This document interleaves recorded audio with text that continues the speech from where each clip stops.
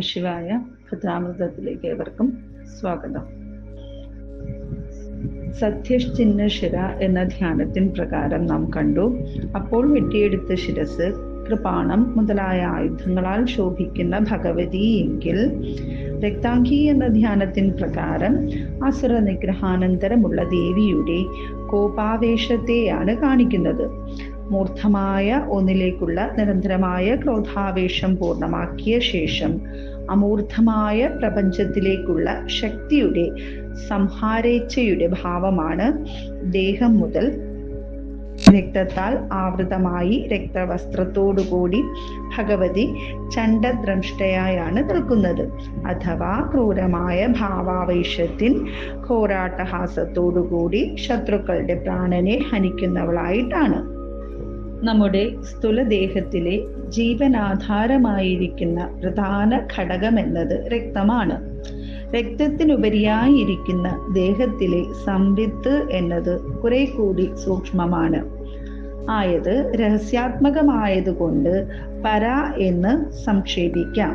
ഈ രക്തം എന്നത് പ്രാരാബ്ധം, സഞ്ചിതം, ആഗാമി എന്നീ 3 വിധ കർമ്മഭാണ്ഡങ്ങളെയും വഹിക്കുന്ന ശരീരാന്തർഗതമായ ഒരു നദിയാണ്.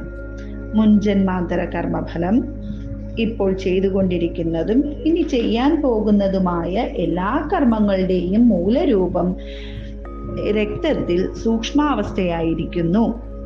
ഇവിടെ അസുര നിഗ്രഹത്തിലൂടെ സാധകനെ സംബന്ധിച്ച് അഹമെന്ന പ്രാപഞ്ചിക ബോധത്തെ ഇല്ലാതാക്കി അഹമെന്ന പരാസംവിത്തിലേക്കുള്ള പ്രയാണത്തെയാണ് സൂചിപ്പിക്കുന്നത്. നാം ദേഹത്തിനായിക്കൊണ്ട് ഭുജിക്കുന്നതും ഭജിക്കുന്നതും ചിന്തിക്കുന്നതുമെല്ലാം തന്നെ മൂലരൂപത്തിൽ ഏതൊരു കർമ്മവും സഞ്ചയിതപ്പെടുന്നത് ഈ രക്താർണവത്തിലാണ്. പ്രതീകാത്മകമായി ഈ ആസുരിക രക്തത്തെയാണ് ദേവിയുടെ ദേഹത്തിലും വസ്ത്രത്തിലുമായി ഇരിക്കുന്നത്.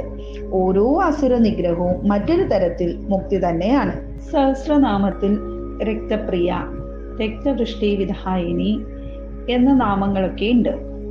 ഇവിടെ നാം സൂക്ഷ്മമായ അർത്ഥത്തെയും പരിചിന്തനം ചെയ്യേണ്ടതുണ്ട്. ആയത് അവരവരുടെ ജന്മവാസനയെ അപേക്ഷിച്ചിരിക്കുന്നു. അതായത് ഭഗവതിയെ ഏതു ഭാവത്തിൽ നിന്നുകൊണ്ടാണോ നിങ്ങൾ ആരാധിക്കുന്നത് ആ ഭാവത്തിൽ സകലീകൃതമാവുന്നു എന്ന് സാരം.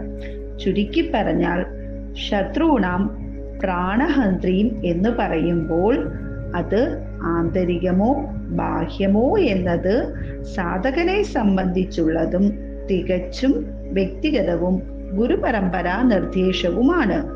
ഭക്തരെ സംബന്ധിച്ച് കല്യാണകരമായ അഥവാ മംഗളമായ ഭാവത്തിൽ തന്നെ ഭഗവതിയെ സമാശ്രയിക്കാം എന്നതു സാരം.